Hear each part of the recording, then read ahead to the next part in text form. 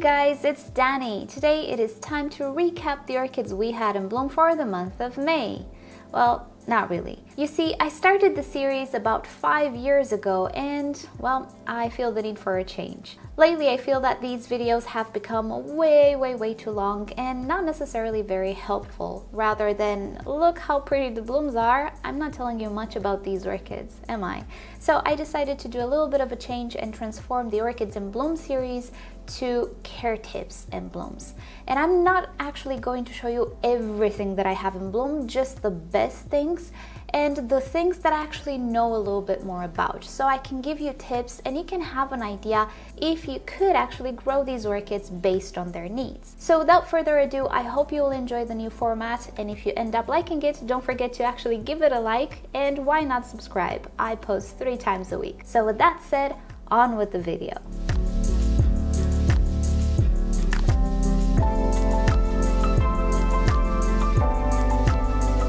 First orchid we're gonna look at is the Neofinetia falcata. This is the variety Nishidemiyako. There are quite a few varieties on the market. This particular one is variegated. And I have to say, it's the first time that I see a Neofinetia in bloom. Very exciting.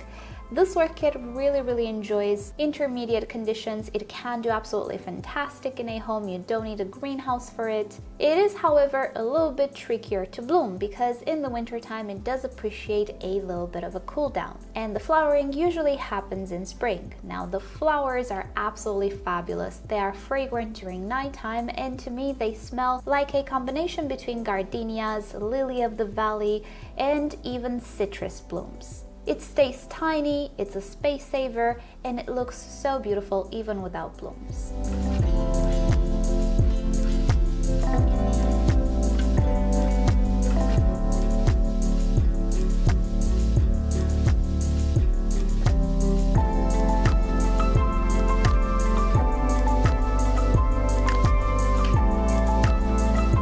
Next, here is another Neofinetia falcata. This is the Kibana variety, but I'm not entirely sure if it is mislabeled or due to the fact that it took a while to adapt to my environment. This is a very new orchid, by the way.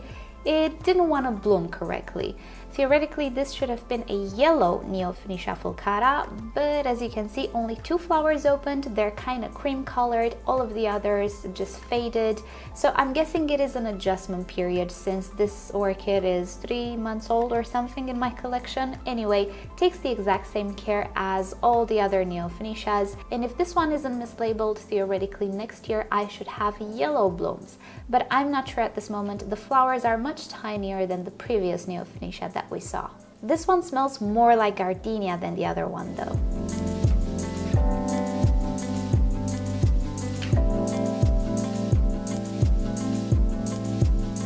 Next, an orchid that is definitely mislabeled. This is Dendrobium farmeri or farmeri, depending where you are in the world.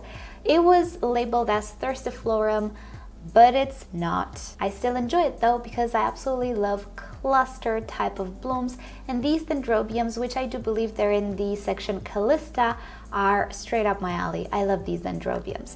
This one is an easy grower for me. It absolutely enjoyed the warmth, and in the winter time I did give it a little bit of a cool down. I should have given it a little bit more because it only decided to develop 2 flower spikes out of 10 potential spikes, but it's okay, there's always next year.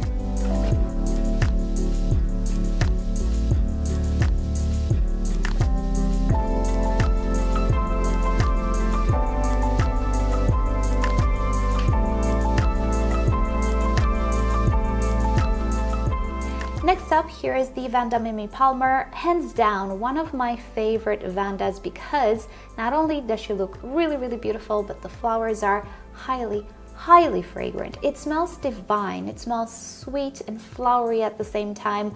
And of course, this would not be something you would like if you're sensitive to scent because it's quite powerfully fragrant, but it really is divine in my opinion. And just look at those flowers. They're absolutely gorgeous. Downside, it's a Vanda. It's gonna grow big. It takes the same care as any other Vanda, but it does have the potential to grow super large. So you do need to have quite a little bit of space for this one. This is the first Vanda that I switched setup with, and I put it in this clay pot.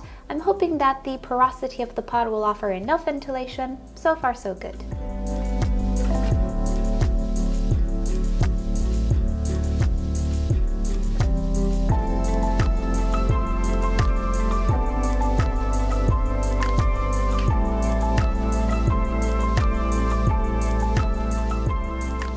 Next, here we have the Cattleya Chester, reclassified from Cattleya Chester. It is a hybrid with a very tiny Cattleya type orchid, thus this orchid will remain pretty tiny and compact as well. It is great for windowsills and small spaces because it doesn't actually require as much light as typical Cattleyas, nor as much heat as other Cattleyas. I keep it in the greenhouse, not outside, and it's doing great. The flowers are a fiery orange color. They're not fragrant, but they are just so beautiful. I especially love the contrast with the bright yellow center. Definitely a must-have if you were looking for tiny Cattleya orchids, which are easy to grow in a house.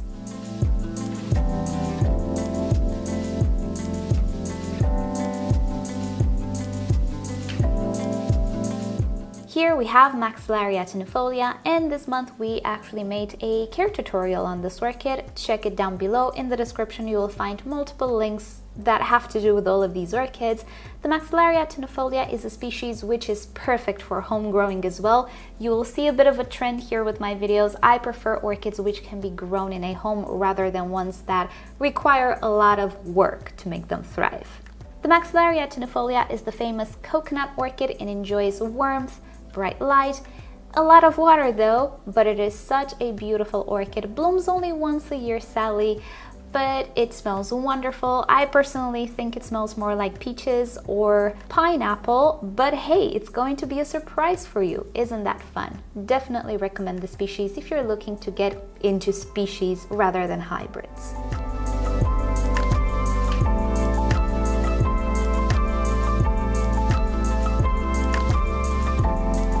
Next up, here is Cattleya purpurata, reclassified from Laelia purpurata. Not that it matters too much, but hey, it's my duty to tell you. This is a Cattleya orchid which takes the exact same care as any other Cattleya, but just look at those flowers. They are huge. They're about 12 centimeters in width, which is huge for a Cattleya. They are also mildly fragrant, but this orchid sadly grows only one pseudobulb per year per direction of growth, and it only blooms once a year, typically in springtime.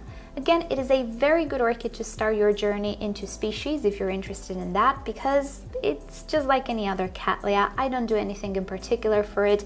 It can grow quite large though, and of course it does enjoy its light. Flowers are a little bit fragrant, a little bit flowery, but nothing that you could detect from across the room in my opinion.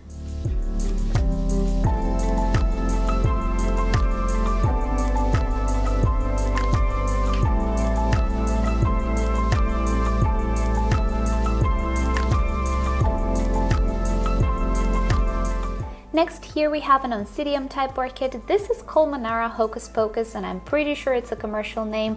I cannot find it anywhere registered, so I don't know the parentage, but it takes the exact same care as any other Oncidium in my opinion. It likes its intermediate to warm temperatures, likes a lot of water, does not fuss about humidity, doesn't need a lot of light either, likes bright shade conditions. I personally grow it under artificial light, and just look at that amazing show of blooms. Very vigorous grower, grows fast, blooms a lot. I am really happy with this one. I just don't know where you can find it because this is not a very popular or common hybrid as I see.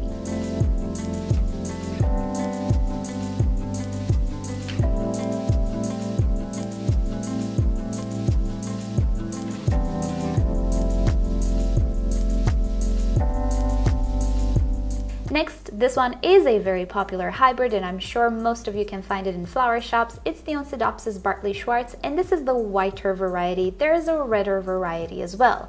This is not as easy to grow as the other Oncidium we just saw because it has a Miltoniopsis in its parentage.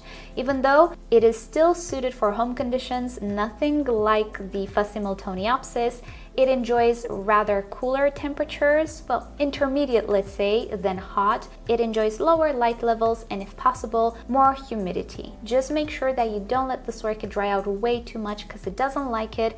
Other than that, it is an easier version of a Miltoniopsis. Bonus, it has a sweet scent to it, not very powerful, but definitely delightful.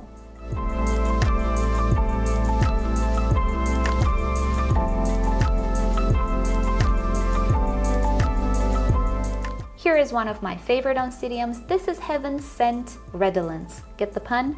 Also, redolence, I looked up the dictionary and it appears that it does have to do with scent. Well, my friends, this orchid smells like chocolate in my opinion, like milk chocolate. It's very, very similar to the Sherry Baby, but this particular hybrid stays more compact in its flowering. If you know the Sherry Babies, they can be a little bit wonky and wild with their flower spikes. I do prefer this one better. The smell is the same.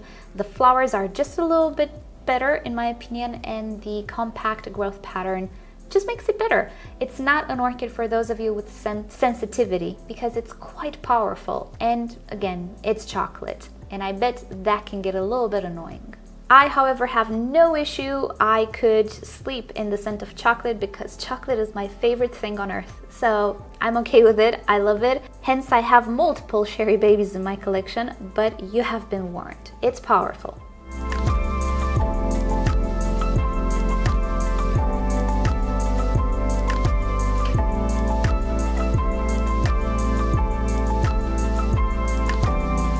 Next up, here we have a No ID Oncidium. This is part of the Oncidiums that I saved last year. I'll link it down below. These Oncidiums were not healthy, and you can see the orchid itself is still recovering, but I'm very surprised with the flower spike that it created.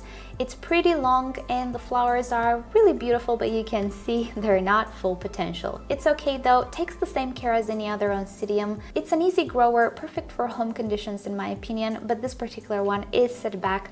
I'm just happy it bloomed, and there you go. You can actually save orchids from the flower shop and you can have blooms within a year.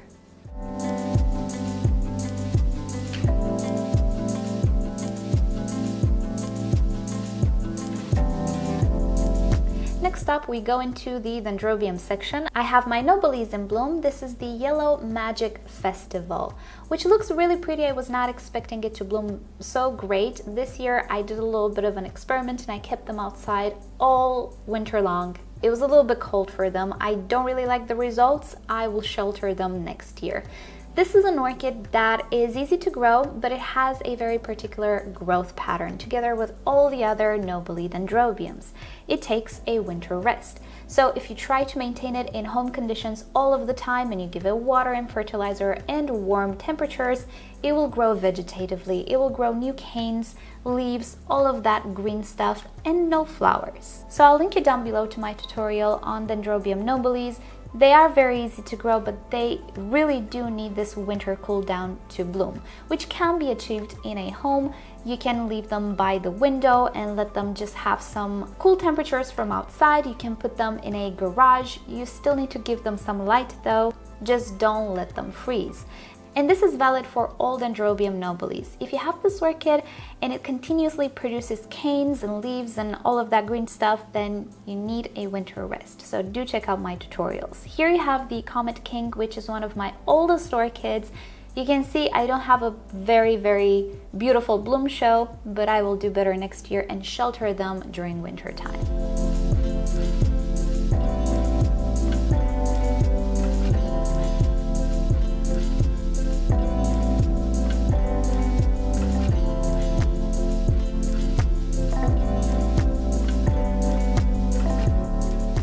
And here we have a very finicky orchid, which I missed filming properly because we had a heat wave and the flowers started to just flop. As you can see, this is a cooler to intermediate grower. It's one of my most finicky orchids, not the best for home conditions either, sadly, unless you naturally have humid and cool conditions in your home. Even I struggled to keep this one in good check, but here we have it 1 year later and it's in bloom. Fantastic, I'm proud. Now all I need to do is just keep it alive.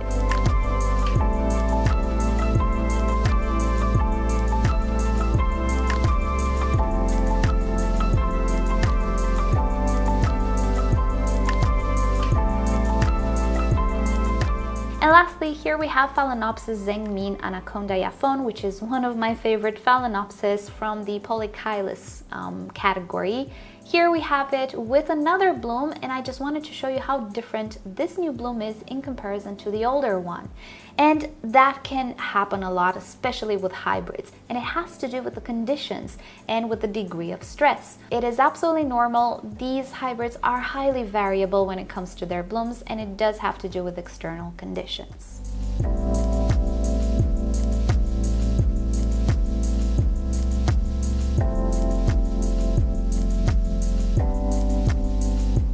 And lastly, we're gonna end with another Phalaenopsis, and look at this one. This is the Big Bang.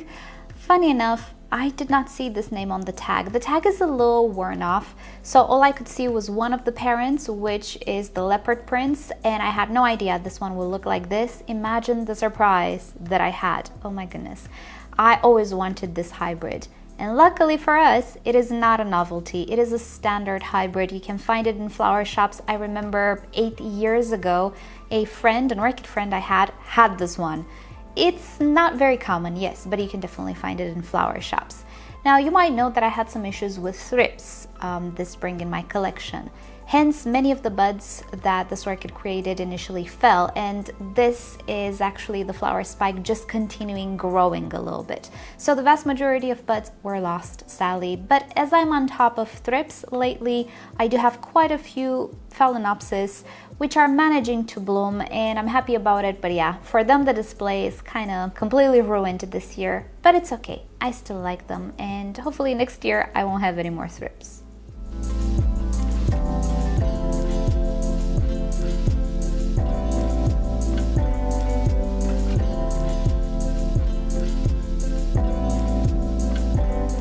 And that is about it. There are a few other orchids which are not very showy at the moment.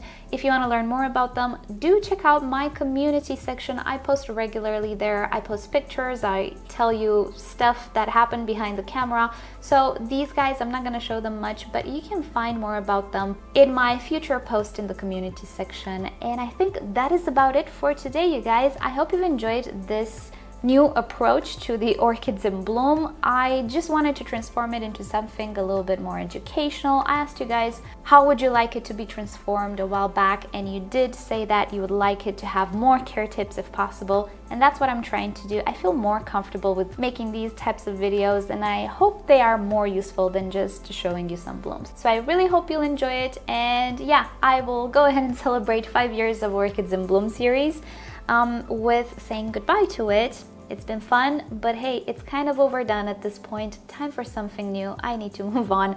And Care Tips and Blooms has a ring to it, doesn't it? Okay, so with that said, thank you so much for watching. Subscribe to my channel for more orchid videos, tutorials, experiments, updates, and other fun orchid subjects. If you wish to support the channel, do consider becoming a member or visit the merch store linked down below in the description. You can also follow me on Instagram and Facebook. It's always nice to stay in touch there as well. And I'll see you all next time. Bye!